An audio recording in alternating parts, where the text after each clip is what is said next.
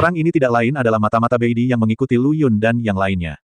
Setelah ditangkap oleh Lu Yun dan yang lainnya di Tanah Nanyu, dia dipenjara di dunia gunung api, berpikir bahwa mungkin dia bisa mendapatkan informasi darinya. Pada saat ini, pria itu menutupi wajahnya dengan sisa lengannya, meringkuk di tanah dengan ekspresi garang, meronta kesakitan. Long Dapao dan yang lainnya belum mengetahui situasinya, dan ketika mereka hendak naik untuk memeriksa, mereka dihentikan oleh Lu Yun.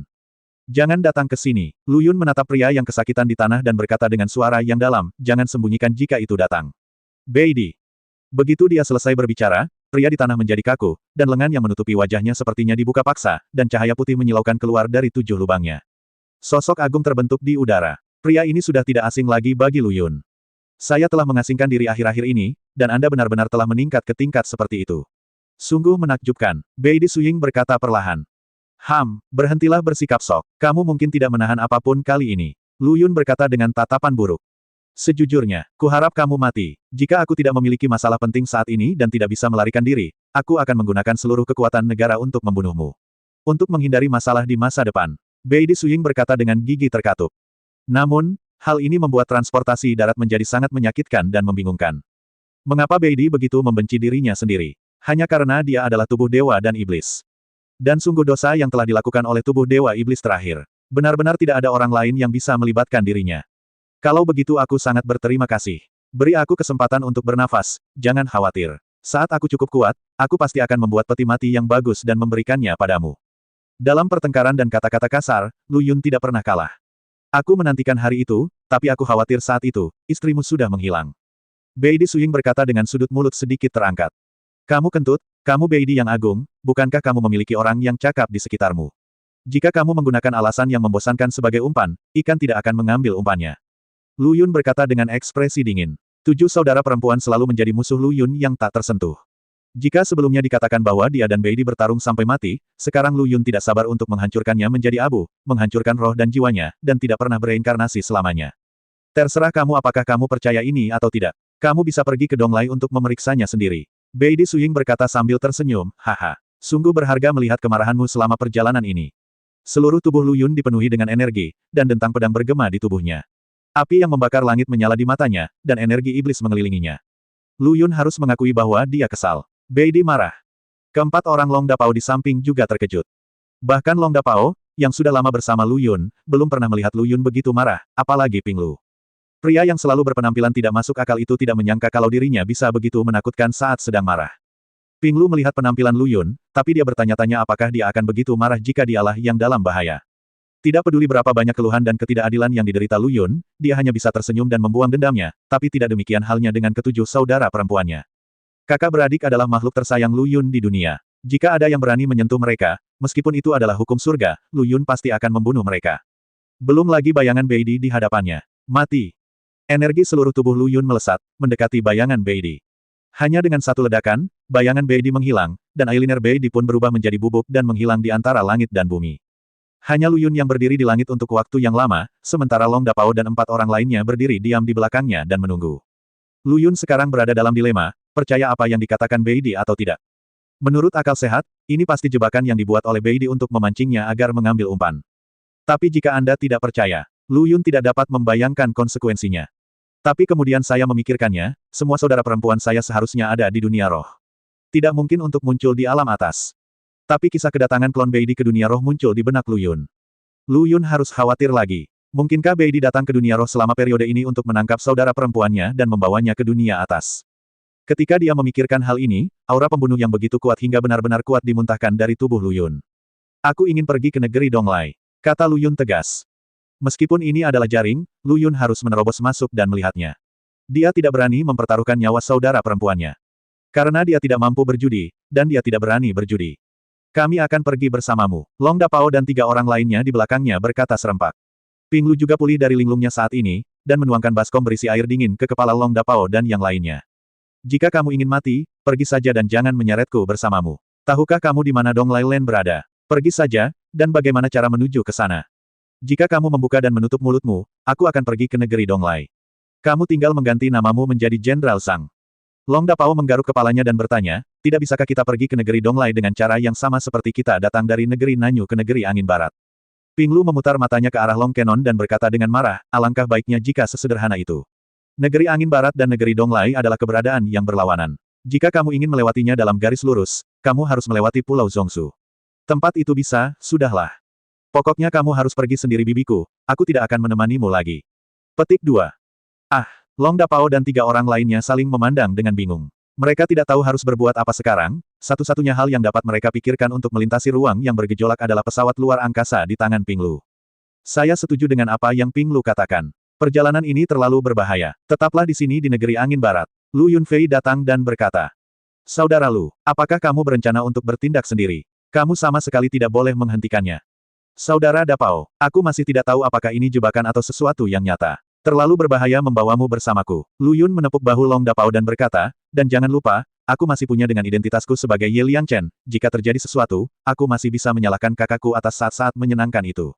Kalau begitu Anda mungkin berpikir berlebihan. Tanah Donglai adalah tanah suci agama Buddha. Ada kuil di seluruh dunia. Penganut agama Buddha tidak memiliki keinginan atau keinginan. Jika Anda memprovokasi mereka, mereka tidak akan peduli siapa Anda. Dan mereka tanpa ampun. Tentu saja mereka tidak akan membunuh orang yang tidak bersalah tanpa pandang bulu.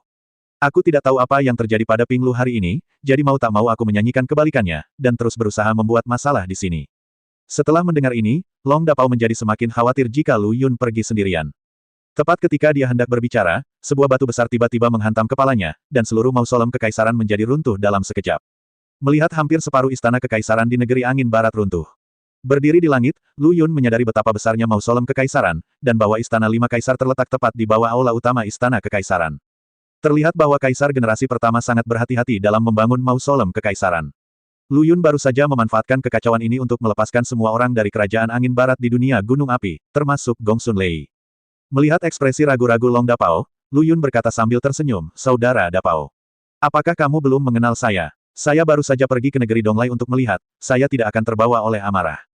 Mari kita biarkan saja untuk saat ini. Tanpa pesawat luar angkasa Nona Ping Lu, bagaimana kamu bisa sampai ke negeri Donglai?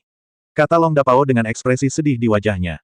Jangan khawatir, aku punya cara untuk melakukan ini. Lu Yun membayangkan Deng Tuzi yang berambut abu-abu di benaknya. Karena kamu sudah mengambil keputusan, aku hanya bisa mendoakan perjalananmu aman, saudara. Sepanjang jalan, Long Dapao tahu pentingnya 7 saudara perempuan Lu Yun baginya. Yah, kamu harus lebih berhati-hati. Lagi pula, semua orang di negeri angin barat sekarang tahu bahwa kamu berbeda dariku. Pasti akan ada banyak pasukan tua dari surga kuno yang datang untuk memburumu. Meriam di bahu. Kemudian dia melihat ke arah Sun Lai dan yang lainnya dan berkata, kamu juga. Selama saya tidak ada, bekerja keraslah untuk meningkatkan kekuatanmu. Dalam 3-5 tahun ke depan, kita akan menghadapi pertempuran yang sulit. Biarkan orang-orang ini berada di atas dunia, lihatlah, keagungan klan iblis dunia roh kita. Jangan khawatir, Tuan Kaisar Iblis. Sun Lai dan penjahit Wu berkata dengan hormat.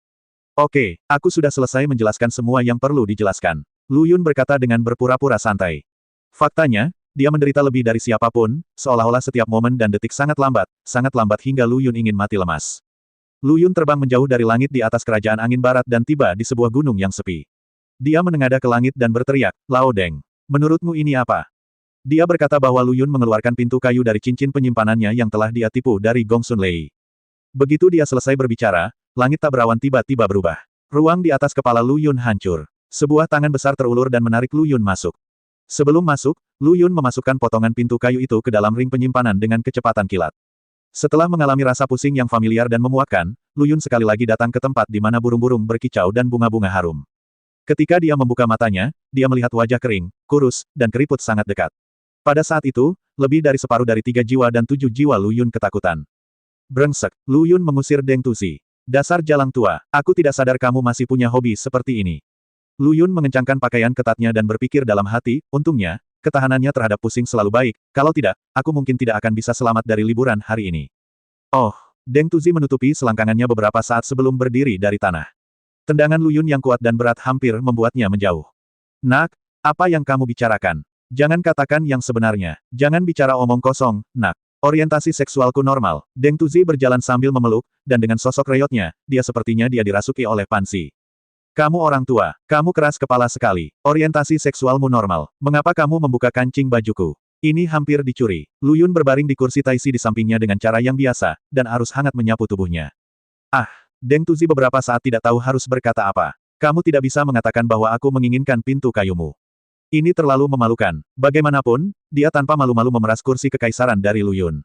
Tidak ada yang perlu kau katakan. Lu Yun dengan santai menyilangkan kakinya dan berkata, jika kabar ini tersiar, hehe. Reputasimu akan tercela selama ribuan tahun. Lao Deng. Kata-kata ini membuat Deng Tuzi sangat marah hingga hampir kehabisan napas dan mengucapkannya. Kamu anak yang berlidah tajam. Aku tidak akan berdebat denganmu. Katakan secepatnya apa urusanmu denganku. Menyegarkan. Teleportasikan aku ke negeri Donglai. Lu Yun tidak berbasa-basi.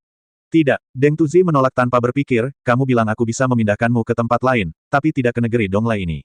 Saat Lu Yun hendak berbicara, dia dibalas oleh Deng Tuzi, jangan tanya kenapa. Tidak ada gunanya sama sekali. Lu Yun, kalau begitu kamu bisa mengirimku ke kantor pusat Pulau Zongsu. Kata-kata Lu Yun langsung membuat Deng Tuzi geram. Bagaimana kamu tahu tentang Pulau Zongsu? Meskipun negeri angin barat ini sangat luas, tidak lebih dari 3 orang yang mengetahui tentang Pulau Zongsu. Bagaimana kamu mengetahuinya? Lu Yun sangat menyadari bahwa pasti ada sesuatu yang terjadi. Tapi bagaimana cara membongkar mulut lelaki tua itu dan memberitahu Lu Yun semuanya adalah sebuah keterampilan. Jangan khawatir tentang ini. Katakan saja padaku apakah kamu ingin melakukannya atau tidak. Kata Lu Yun sambil berbaring di kursi taisi. Kepala si penghindar lampu bergetar seperti mainan. Berhentilah membicarakanmu di Pulau Zongsu. Bahkan jika aku ingin pergi, aku harus kehilangan kulitku. Tidak masalah jika kamu mengatakan kamu tidak bisa melakukan ini, maka kamu tidak akan melakukannya. Lu Yun dengan menyesal mengeluarkan sebuah pintu kayu besar dan menghela nafas, sayang sekali ini adalah kayu yang bagus. Ketika Deng Tuzi melihat pintu kayu tua di tangan Lu Yun, matanya tidak bisa bergerak lagi. Pintu itu memang seperti yang saya pikirkan, terbuat dari kayu hitam langit dan bumi. Terlebih lagi, pengerjaan dan pola tekstur di atasnya tampaknya berasal dari zaman kuno. Hanya pada saat itulah teknik ukiran yang begitu ajaib dan tekstur yang begitu alami dapat ditemukan. Baru saja dia berpikir untuk mengeluarkan pintu kayu dan melihat lebih dekat ketika Shen Lu Yun sedang bingung. Dan saat Deng Tuzi tertegun, nyala api kecil melonjak ke ujung jari Lu Yun, kurang dari 1 sentimeter dari pintu kayu. Melihat pemandangan seperti itu hampir membuat Deng Tuzi terkena serangan jantung.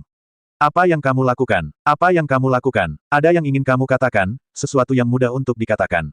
Deng Tuzi langsung melunak. Aku berjanji padamu apapun yang kamu katakan. Bagaimana kalau kamu mematikan apinya dulu? Lu Yun menatap mata lurus Deng Tuzi dan sedikit mengangkat sudut mulutnya. Lao Deng, aku tidak bisa mengendalikanmu lagi. Dengarkan saja sebentar. Nyala api yang menari di ujung jarinya secara tidak sengaja menyentuh pintu kayu. Mata Lao Deng membelalak saat melihat pemandangan ini. Kecepatannya sangat cepat sehingga dia hampir bisa mengejar Lu Yun saat dia berada dalam kondisi tembakan penuh. Tapi itu api yang aneh. Terlebih lagi, pintu ini terbuat dari kayu roh langit dan bumi, sehingga memiliki penekanan mutlak dari asalnya. Sesaat, pintu kayu itu dilalap api dan berubah menjadi abu. Deng Tuzi secara acak meraih abu yang berterbangan di udara dengan tangannya, dan terus berteriak, sungguh menyia-nyiakan sumber daya alam. Dasar anak yang hilang. Saat ini, jantung Deng Tuzi sedang berdarah. Perlu Anda ketahui bahwa kursi taisi yang terbuat dari kayu hitam langit dan bumi pada masa baik itu sangat berarti dalam kesembuhan jiwanya. Tapi pengerjaan semacam itu benar-benar berbeda dari yang ada di pintu yang dibakar oleh Lu Yun, dan tidak ada bandingannya sama sekali. Jika Anda berbaring di atasnya, jiwa Anda akan pulih dengan sangat cepat. Saat saya memikirkan lampu ini, apinya akan membesar. Hal yang paling menyedihkan di dunia adalah hal-hal yang Anda sayangi hanyalah kayu bakar di mata orang lain. Keluar dari sini dan buat kakakmu muak. Saat dia berbicara, kun jahat skala darah di belakang Deng Tuzi meraung, dan terdengar suara klik di atas kepala Lu Yun. Dia tidak perlu memikirkannya untuk mengetahui bahwa ruang di atas kepalanya rusak lagi, dan sepertinya dia tidak bercanda. Lu Yun dengan cepat mengeluarkan pintu kayu lain dari ring penyimpanan. Dia takut jika dia lebih lambat, dia akan dilempar ke tanah dingin oleh lelaki tua ini. Deng Tuzi memandangi pintu kayu dengan pengerjaan dan tekstur yang persis sama, namun gerakan tangannya tidak berhenti sama sekali. Sepasang tangan besar yang tak terlihat terulur dari ruang yang rusak dan meraih Lu Yun. Lao Deng, apakah kamu serius? Jangan. Setelah Lu Yun selesai berbicara, jangan diseret keluar angkasa oleh tangan besar itu. Segera setelah diusir lagi, Lu Yun Tun merasa pusing. Setelah menggambar beberapa lingkaran memutar di tanah, dia akhirnya memenuhi ekspektasi dan jatuh ke lautan bunga. Deng Tuzi mendengus dingin dan berkata, mari kita lihat apakah kamu masih berani menggodaku seperti ini. Jika aku tidak menunjukkan warna padamu, kamu benar-benar mengira aku kucing yang sakit. Lu Yun menahan rasa pusingnya dan duduk dari lautan bunga, memegangi kepalanya dan memegangi kepalanya. Tidak mampu membelinya, setidaknya katakan sesuatu sebelum mengambil tindakan. Nak, aku akan menerima suanmu langit dan bumi ini. Anggap saja itu sebagai permintaan maaf atas perbuatanmu sebelumnya. Deng Tuzi berbaring dengan nyaman di panel pintu. Meski tingkat kenyamanannya sedikit lebih rendah dari kursi taisi, kecepatan pemulihan jiwa lebih cepat dari perkiraan Deng Tuzi. Melihat lelaki tua ini terbaring di papan kayu dengan ekspresi senang semakin menegaskan kecurigaan Lu Yun. Orang tua ini bukan hanya seorang pria gay, tapi juga seorang MDSM. Papan kayunya semuanya diukir dengan pola yang mewah. Sungguh panik. Belum lagi tubuh Deng Tuzi yang kurus, bahkan tulang tubuh saya yang kokoh dan lurus pun tidak tahan. Jika ini tidak memiliki kecenderungan masokis, tidak ada yang akan mempercayainya. Nak, jangan salahkan aku karena tidak memperingatkanmu. Dengan statusmu saat ini di negeri Donglai, kamu akan mendapatkan perlakuan yang jauh lebih baik daripada di negeri Angin Barat. Deng Tuzi berbalik dan memandang Lu Yun ke samping dan dikatakan. Pemandangan di depannya membuat mata Lu Yun sakit. Menekan rasa tidak nyaman di perutnya, Lu Yun bertanya, benarkah semua orang di Donglai adalah biksu? Para biksu tidak memiliki keinginan atau keinginan. Mungkinkah mereka semua menjadi biksu setelah jatuhnya surga kuno? Apa yang kamu katakan adalah sebagian alasannya, tapi yang paling penting adalah identitas saudaramu Duan Liangchen. Lu Yun, betapa gelisahnya Duan Liangchen. Anda tidak hanya menghancurkan surga kuno, tetapi Anda juga menghancurkan patung Buddha yang diabadikan di kuil lain. Melihat Lu Yun tidak menjawab, Deng Tuzi melanjutkan, karena kamu adalah adik laki-laki Duan Liangchen, kamu juga harus menjadi anggota Jietian. Keledai botak tua itu berbeda dengan kita dalam hal filosofi, jadi wajar saja mereka tidak cocok satu sama lainnya, Yung. Jadi bukan hanya kamu. Tanah Donglai adalah area terlarang bagi semua personel Jietian. Tidak ada yang akan macam-macam dengan keledai botak itu tanpa melakukan apapun. Nak. Setelah mendengar ini, Lu Yun akhirnya mengerti maksud Beidi. Tindakan meminjam pisau untuk membunuh seseorang ini sungguh luar biasa. Pinjam tangan para biksu di Donglai untuk bunuh diri. Aku sudah mengatakan ini, apakah kamu masih ingin pergi? Jika kamu hanya ingin cepat marah dan mendapatkan kembali kekuatan puncakmu sebelumnya, aku dapat membawamu ke alam rahasia dari zaman kuno. Melihat keterlambatan Lu Yun dalam berbicara, Deng Tuzi mengira dia ragu-ragu dan berbicara. Pergi, aku masih ingin pergi ke Donglai, kata Lu Yun tegas. Bahkan jika dia tahu bahwa ini adalah plot pisau pinjaman yang dibuat oleh Beidi, Lu Yun harus memeriksanya dan memastikan bahwa itu tidak ada hubungannya dengan ketujuh saudara perempuannya, jika tidak, dia akan merasa tidak nyaman. Anak laki-laki yang luar biasa. Kamu memiliki sikap seperti orang tua. Deng Tuzi jarang sekali memuji Lu Yun, dan bahkan melambaikan tangannya. Dua sisik berwarna merah darah jatuh dari kun jahat berskala darah yang terbang di langit dan melayang di depan Lu Yun. Nak, ambillah dua sisik hati kun-kun kecil ini. Negeri Donglai tidak seperti negeri Angin Barat. Begitu kamu sampai di sana, aku tidak bisa membantumu. Kamu hanya bisa mengandalkan dirimu sendiri. Dan kedua sisik ini membantumu berteleportasi dalam jarak dekat dan dapat menyelamatkan hidupmu ketika kamu dalam masalah. Kata-kata Deng Tuzi perlahan terdengar di telinganya. Saat mendengar kata, Xiao Kun-kun, seluruh tubuh Lu Yun gemetar, wow. Lelaki tua ini bukan hanya seorang GSM tapi juga anggota ikun. Lao Deng, kenapa tiba-tiba kamu begitu baik padaku? Kamu tidak punya agenda apapun, kan? Lu Yun berkata dengan tajam. Kalau ada yang tidak beres, pasti ada monster. Jika Anda tidak menunjukkan kesopanan tanpa alasan, Anda berarti melakukan perzinahan atau mencuri. Lu Yun ini sangat familiar, dia ahli dalam bidang ini. Deng Tuzi tersenyum dan berkata, ini bukan masalah besar. Lebih perhatikan saja kayu yang bagus saat Anda berada di Donglai. Melihat kelicikan yang terlihat di mata Deng Tuzi yang menyipit, Lu Yun tahu bahwa lelaki tua ini tidak memiliki niat baik dan sedang menunggunya di sini. Tapi timbangan memang merupakan senjata untuk melarikan diri. Ada banyak bahaya di depan. Selalu baik untuk memiliki lebih banyak perlindungan, jadi Lu Yun setuju. Oke, tidak masalah. Selain itu, ketika kami sampai di negeri Donglai, langitnya tinggi dan kaisar berada jauh, sehingga Lao Deng tidak sabar untuk memantaunya secara real time. Jika Anda benar-benar membutuhkan bantuan darinya lagi, Anda bisa mencari alasan saja. Dan Deng Tuzi juga punya idenya sendiri. Lu Yun tampaknya memiliki ketertarikan khusus pada pohon spiritual langit dan bumi. Saya telah mencari kayu misterius langit dan bumi selama puluhan ribu tahun, dan baru saja melemparkan orang ini ke kuburan dan menggali dua bagian. Terkadang orang benar-benar bersaing satu sama lain, yang membuat orang marah. Kayu misterius langit dan bumi sangat bermanfaat bagi pemulihan jiwa, tetapi jika kita benar-benar ingin mengatakan bahwa pohon spiritual paling efektif di dunia atas untuk pemulihan jiwa, itu pastilah pohon Bodhi kuno, di negeri Donglai. Deng Tuzi pernah diam-diam pergi ke negeri Donglai untuk mencari pohon Bodhi kuno, namun benda itu lebih langka daripada pohon misterius langit dan bumi, bahkan agama Buddha pun memperhatikan takdir. Ketika takdir datang, apa yang seharusnya muncul akan muncul. Jika takdir tidak ada, meskipun sudah dekat, Anda tidak akan bisa melihatnya. Hal ini mengakibatkan Deng Douzhi kembali dengan tangan kosong setiap saat, kecuali kepalanya penuh dengan jujube. Disinilah Deng Tuzi tidak bisa berkata-kata. Betapapun kerasnya dia menyembunyikan auranya, tidak lama kemudian keledai tua botak itu akan terlihat seperti anjing yang mencium bau kotoran. Ada begitu banyak orang di seberang, jadi saya akhirnya melarikan diri setiap saat. Inilah sebabnya dia berulang kali mematahkan semangat Lu Yun. Dia bahkan diberi dua skala jantung dari skala darah Demon Kun, dan titik teleportasi yang ditetapkan pada salah satunya ada di sini. Ini juga merupakan pelajaran dari darah dan air mata. Bagaimanapun, teleportasi jarak jauh semacam ini tidak seperti di negeri Angin Barat, di mana Anda hanya perlu mendobrak ruang. Hal terpenting dalam transmisi jarak jauh adalah menentukan koordinat spasial. Ini adalah tugas yang sangat memakan waktu. Tapi itu merupakan faktor yang sangat diperlukan dan penting untuk penularan jarak jauh. Jika koordinat spasial tidak dilakukan dengan baik, maka batas atas akan diteleportasi secara acak. Tidak apa-apa untuk berteleportasi ke benua yang terpisah ini, tetapi jika berteleportasi ke Pulau Zhongzhou atau alam rahasia yang tidak diketahui, Deng Tuzi hanya perlu minum sepoci. Jika Anda kurang beruntung dan dipindahkan langsung ke ruang yang bergejolak, jika Anda tidak berhati-hati, jiwa Anda akan hancur total. Namun saat Deng Tuzi hendak memberitahu Lu Yun bahwa koordinat spasial dari dua skala di tangannya ada di sini. Saya merasakan fluktuasi ruang yang kuat menyebar dari atas kepala saya. Deng Tuzi tanpa sadar mendongak, dan sesuatu yang gelap meluas dengan cepat di matanya. Saat Deng Douzi bereaksi dan ingin melarikan diri, semuanya sudah terlambat. Ledakan, jeritan yang menggema di langit keluar dari mulut Deng Tuzi. Lu Yun menahan rasa pusing yang melanda Tianling Gai dan berpikir dalam hati, mengapa staminanya begitu kuat kali ini. Mungkinkah karena teleportasi menggunakan timbangan? Setelah hampir 3 napas, Lu Yun merasa sedikit lebih terjaga, dan penglihatannya berangsur-angsur menjadi lebih jelas. Tapi ketika dia melihat pemandangan di depannya, dia tercengang. Bukankah ruang terbuka yang familiar di lautan bunga yang tampak seperti anjing sedang diaspal oleh anjing itu persis di tempat dia berada sekarang? Dengan pergerakan skala yang besar, dia diteleportasi kurang dari 10 meter jauhnya. Jangan bicara soal kerewelan jarak ini. Yang terpenting adalah 10 detik pusing setelah teleportasi. Klasik saya mengendalikan diri. Dalam 10 detik, Lu Yun penuh energi dan berlari sejauh lebih dari 20 mil. Bukankah ini hanya penipuan? Lu Yun sangat marah.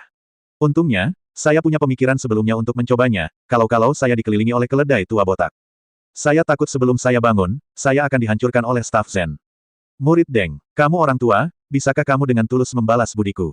Ketika dia memikirkan hal ini, Lu Yun menjadi marah. Namun setelah melihat sekeliling, saya terkejut karena tidak melihat sosok Deng Tuzi, bahkan pintu kayu yang terbuat dari kayu misterius langit dan bumi pun tidak. Lu Yun tidak pernah menyangka Lao Deng akan melarikan diri dengan pintu kayu itu.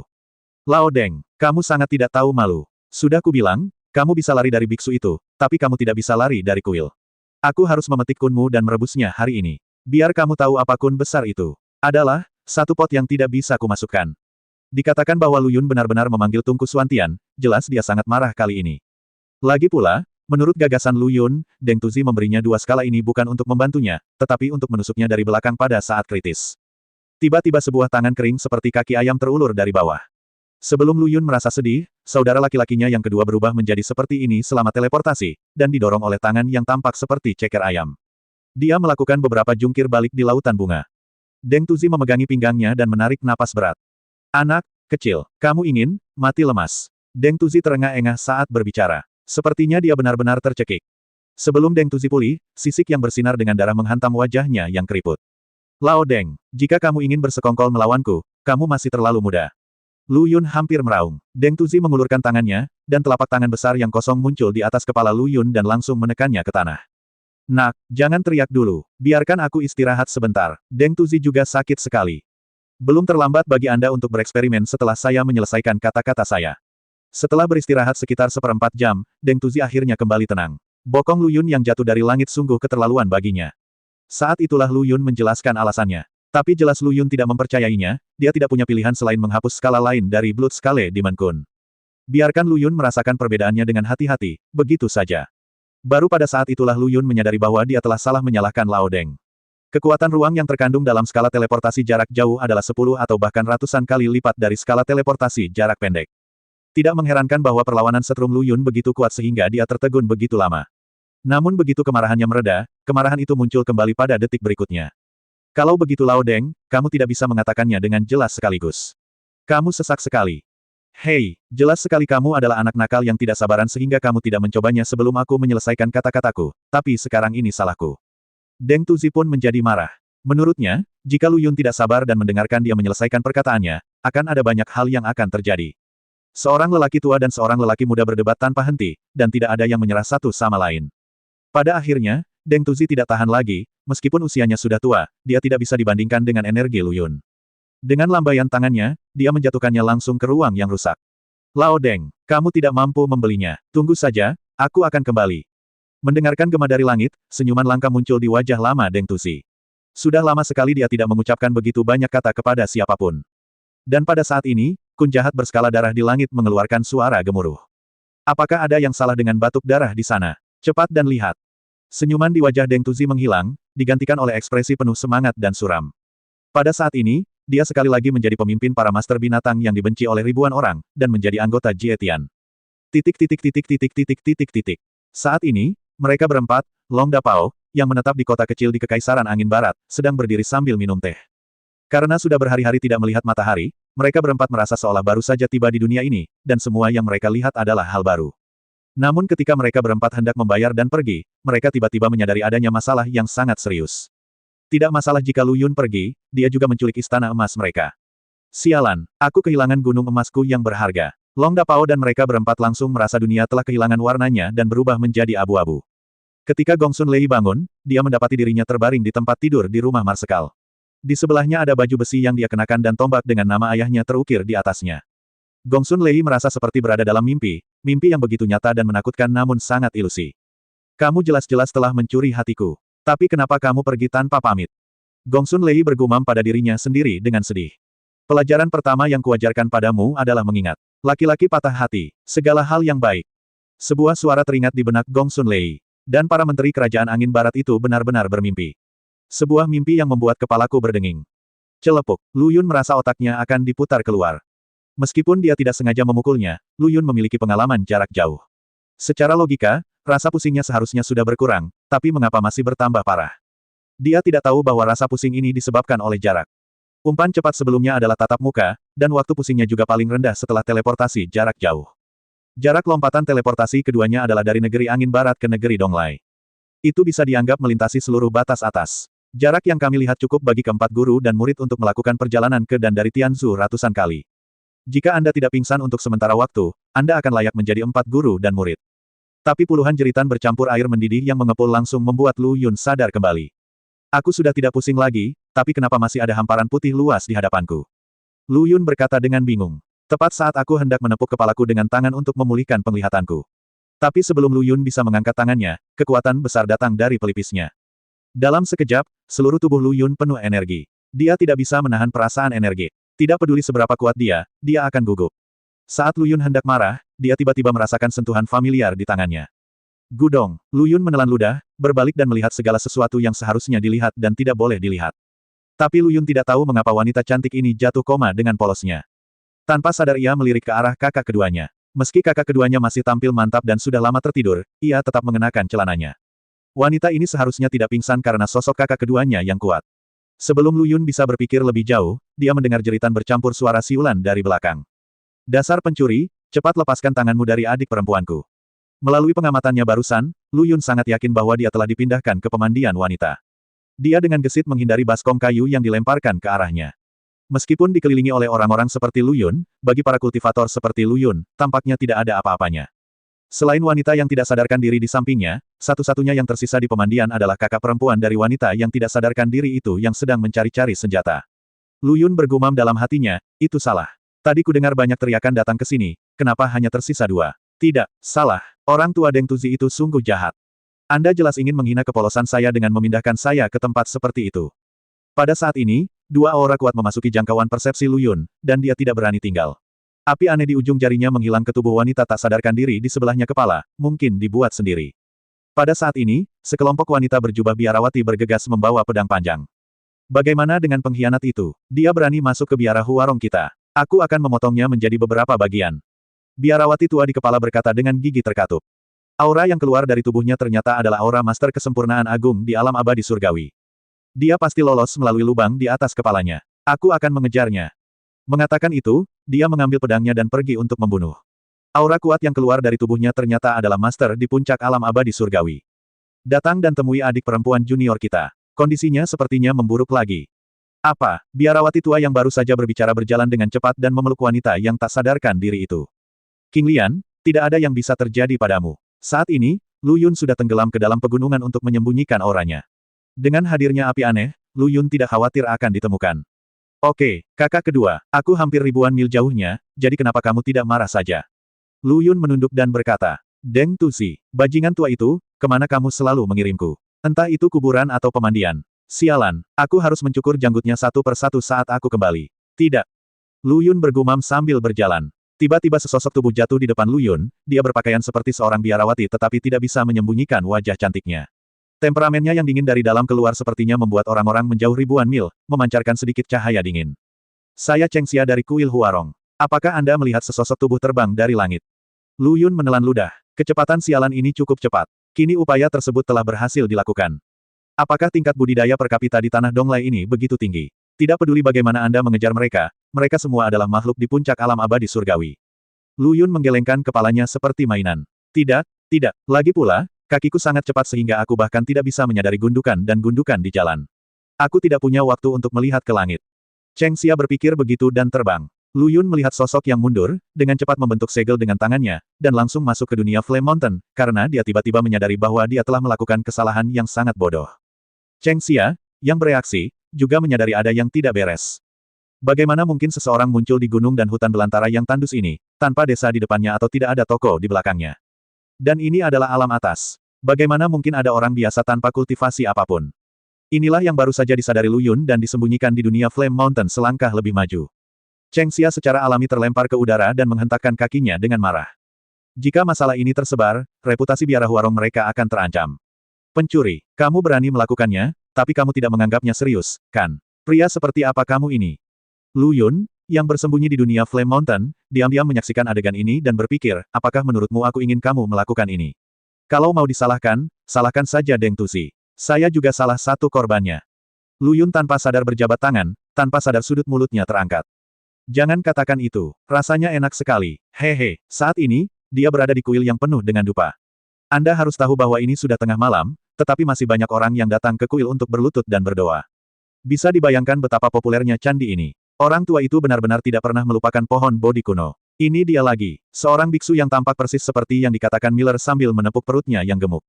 Itu aura kun jahat berskala darahnya, tapi sepertinya rubah tua itu tidak datang ke sini secara langsung. Aku bisa mencium bau busuk pada pria itu dari jauh. Yui bertelanjang dada, dengan 5 cakar bertato punggungnya. Biksu terkemuka naga emas berkata. Biarpun bukan orang tua itu, dia pasti seseorang dari Jietian, lawan saja dia. Kami tidak terlalu mencampuri hal-hal tidak wajar mereka, itu sudah merupakan konsesi.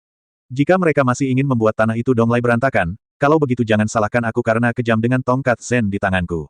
Biksu terkemuka yang memegang tongkat Zen di satu tangan berkata dengan sungguh-sungguh dan khusyuk, dengan sikap King Kong yang melotot tidak menunjukkan kemarahan dan kekuatan diri, tapi bahkan ada sedikit niat membunuh dalam kata-katanya.